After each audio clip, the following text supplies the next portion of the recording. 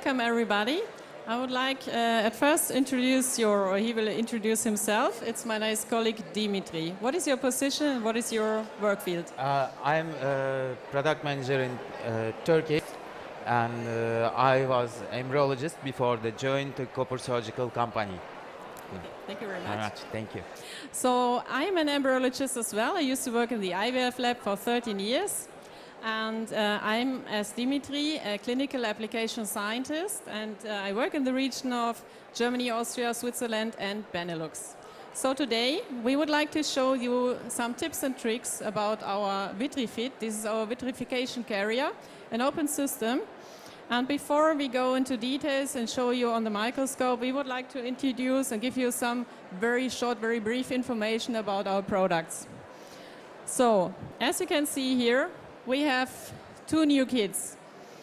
New, really new, is the shape. So we have, for the vitrification, you can see, before it was glass vials, now we have these vials. They are very handy, most people know it. So the volume is 2 milliliters, and we have equilibration solution and vitrification solution. It is DMSO based. We have the indication for all stages, so you can use it for oocytes, embryos, blastocysts. So all the cases you have in the IVF lab. It is a flexible protocol. That means we have a recommendation of 300 microliters for the drops, but you can, according to our IFU, you can also use smaller or bigger volumes. So from 0.1 microliter to 1 milliliter, it is all okay. And it is nice and easy for you to adopt it in your laboratory. So whatever is beneficial for you, what you're used to, it's okay. We are very flexible with our protocol. The vials, once you have opened them, they have a shelf life of 7 days. So it's a better utilization and you don't waste your media. So the other kit, you all know, for warming, you need 3 solutions. Most kids have that. So what is interesting here, or what is new here, is that we perform all the steps at a temperature of 37 degrees. So not only the first one, but all of them. So that gives you really easy handling. And you don't have problems in the lab that you need different stages. One should be 37, one should be room temperature. You can do it all at the same temperature, and it gives you an improved consistency. So we really wanted to make it as easy as possible for you, our protocols, and also with the temperature. The same is valid for the shelf life. So 7 days after opening it. And I would like to mention here the universal warming protocol. This is a concept that was introduced by a scientist, you all know him, Dr. Lodovico Parmigiani. And it is about proving, it gives us all the data showing that it does not matter which kit you use actually. So for example, if you have frozen or vitrified with a kit of one company, you can, for warming, use another one. So, for example, use ours for vitrification, warm with another one, or vice versa. So there's a lot of data on that, and it gives you the opportunity, if you receive, for example, samples from a different clinic, you don't need to worry about it, which warming kit you should have. Okay, so these are the new details, the latest news about our kits. And now, yeah, just some effects on the concentration. You know, usually the kits have in the equilibration solution a concentration 7.5% of DMSO and ethylene glycol.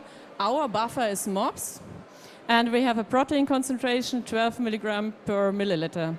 So we double the concentration in the vitrification solution. You're used to that, you know it from other companies. And the warming, you can see, it doesn't contain any cryoprotectiva anymore. So we start with a high concentration, 1 molar sucrose, and then second step we we have half of the concentration, and our vial 3, the solution is only washing. Okay? So now I will hand over to Dimitri, who will explain a little bit about protocols. So hello again. I want to introduce to you our protocols for vitrification and warming solution. So for all-site vitrification, we have a protocol, as you can see. First of all, we should use 20 microliters of buffer solution, which could be origin handling media, and put in there your supplement, all seeds, and after that added 20 microliters of a calibration solution, waiting 3 minutes, and after that add to another 20 microliters of a calibration solution and wait 3 minutes again, and of this 6 minutes adds 240 microliters of a calibration solution and waiting from 6 to 9 minutes. It depends on your all sites. After that, move your all sites from a calibration solution to the vitrification solutions, which drops should be 150 microliters. It's crucial to waiting 30 seconds in each drops. It should be 1 minute waiting for in vitrification solution, and after that take your all sites and loading them to the VitriFit. And we have a flexible embryo protocol. It could be from 0.1 microliter to the 1 microliter of a calibration solution, and depend of your specimen, it could be from 5 minutes to the 15 minutes. After ending this time, we are moving your embryos to the vitrification solution, which is again from 0.1 microliters to 1 microliters could be, and waiting. It's again crucial to waiting 1 minute in this solution, and after that load your embryos to the VitriFit. And all steps for vitrification should be in room temperature, but for warming procedure we have 37 degrees protocol, which is all steps going at 37 degrees. We have three media in the kit. It's 1 molar warming solution. It should be minimum 0.5 ml, and waiting in there 1 minute. After that, move your specimen to the 0.5 molar warming solution, which should be 0.5 ml.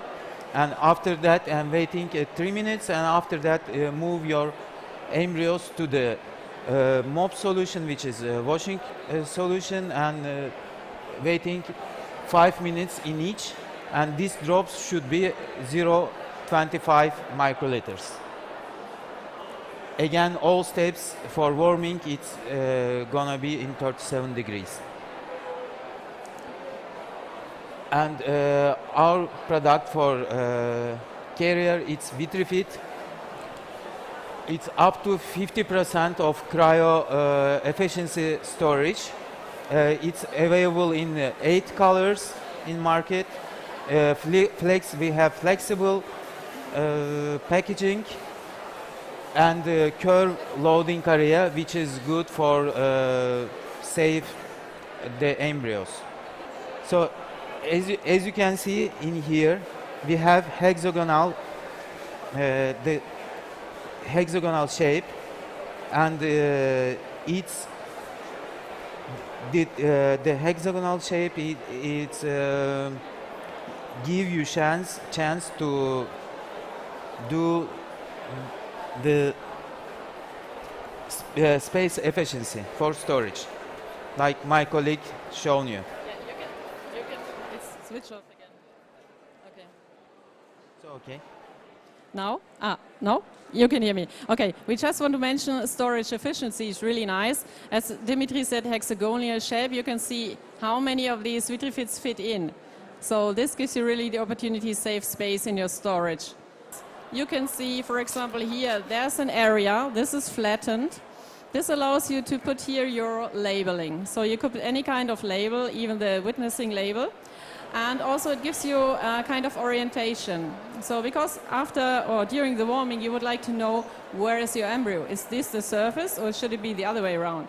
So even by touching it you simply feel it. Also we have here a black mark, so easily you can find the location of the embryo. The loading area, it's not a flat one, it's a curved one. So it protects your specimen, your cells.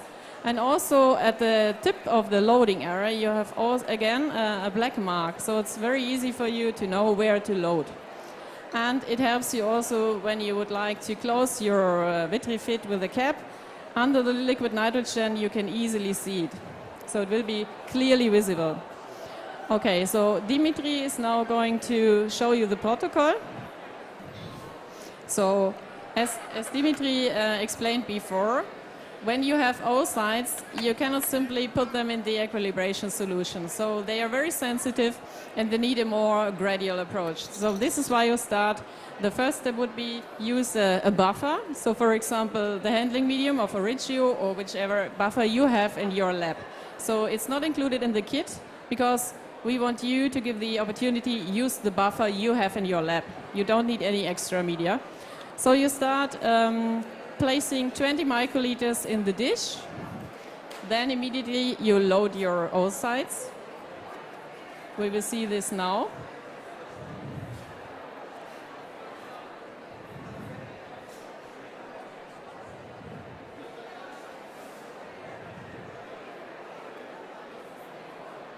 So Dimitri is now, he loaded his stripper pipette with the embryos and you can see, so he has now here the 20 microliter buffer drop.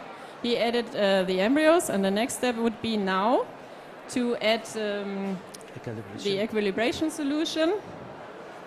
So here important always is before you use our kits or any kit, you should mix very well. That's really very important. So you can see Dimitri mixing. And now he will add the first 20 microliters of our equilibration solution.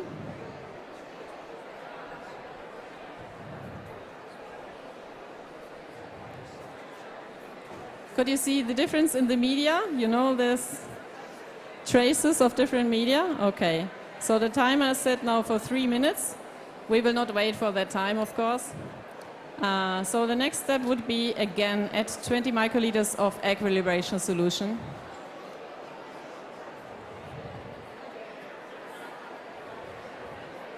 So that's a very soft approach for the oocytes. We don't shock them. Okay. And could you please? So on the last step would be 240 microliters, and you end up at a total volume of 300 microliters. And for oocytes, you can wait. So there's a defined time. It is 6 to 9 minutes, but it depends a little bit on you. What you can do is either you set your timer and you finish at this set time, or you can watch the oocytes. The idea now is you need to dehydrate the oocytes. So once the water is out of the cell and the cryoprotectants are inside and the oocytes are fully recovered, back at the same shape as before, there's no need to keep them any longer in the media. So you have these two methods. Either set your clock or watch. Okay, now Dimitri has our second solution, vitrification solution. And for the oocytes we have 2 droplets, 150 microliters, and it's 30 seconds. So altogether for the complete vitrification we have 1 minute. And after 1 minute we have 30 seconds to load our carrier. What I can mention in the meantime, while Dimitri is preparing it, it is very important to bring your media, of course, before you start with everything at room temperature. This is very crucial.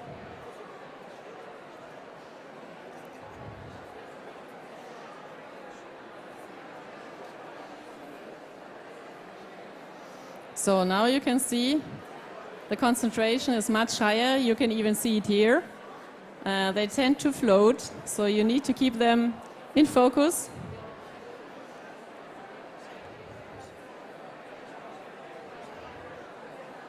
You need to transfer from one droplet to the last one. It's the same media. And now it becomes interesting. Now we have the loading of the carrier. So what you could do is, I don't know if you can see it, there are persons holding the carrier like that in one hand, and they can do it free-handed.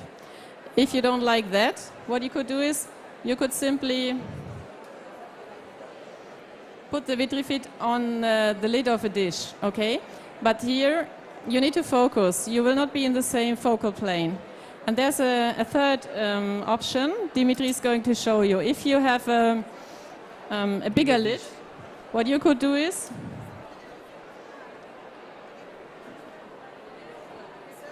I hope you can see it. So it's on, can you see it? Can everybody see it? So the tip is on the bottom of the lid. And this gives you the possibility to have everything in focus, so you don't need to focus anymore. You prefer that one or the other one? Yeah, the other, okay. Another one. So Dimitri prefers the option with the smaller lid.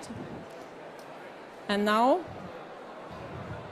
you know, it is all about the size of the droplet. This is now crucial. We say optimal or optimum would be 0.1 microliter. This is a tiny droplet. It's enough media, not too much, not too little. And so we can do it in different ways. Dimitri uses the stripper. He does not push the plunger at the very end. So he, you know, there are different positions when he uses stripper tip.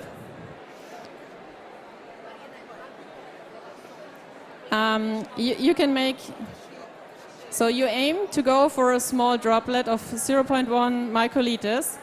But it happens, of course, we all know that you have a bigger volume. What you do now is you elongate your drop, and then you soak up the media which is too much. Okay, and then you plunge. When you're happy with your droplet, you plunge in the liquid nitrogen, you put it in, and then you do this movement. Because you know, once you put it in the liquid nitrogen, it will, how can I say, the liquid nitrogen around the carrier is increasing in temperature. So you move to different places to have everywhere the same temperature. It should be as cool as possible, and you want to avoid air bubbles. So Dimitri also has put the cap of the VitriFit in the liquid nitrogen. And you also here you need to get rid of all the air. And then he closes his carrier. So you put the cap on, and then you turn a little bit. It's only a little turn, and then it's completely hermetically closed. So you can try afterwards. Here you see how tight it will be closed. So, okay. Another thing is you always should keep in mind osmolarity. So when you load your carrier, keep in mind the volume. If the drop is very flat, it's very thin film, and it might dry out very fast, and this will cause problems for the warming. We will now see the warming. This is a very crucial step. So I recommend here really to warm all the media for a long time, long enough, 37 degrees. And we prepare the dish. So we have two dishes. The first one, because the first step will be a big volume, so we need an extra dish. We use here a center well dish, and afterwards a 4-well dish. So if you prepare when media are ready, when you are ready, when everything is fine, the second drop at first. And only at the very last moment, so when you have you have checked your straw, you're happy with the ID, so you know you have the correct patient. Then you open your carrier. You can already put it here in the box, in the cryo box, and only then you take out the media and the dish for the first solution. Because you need to be aware of the warming rate. It should be as high as possible.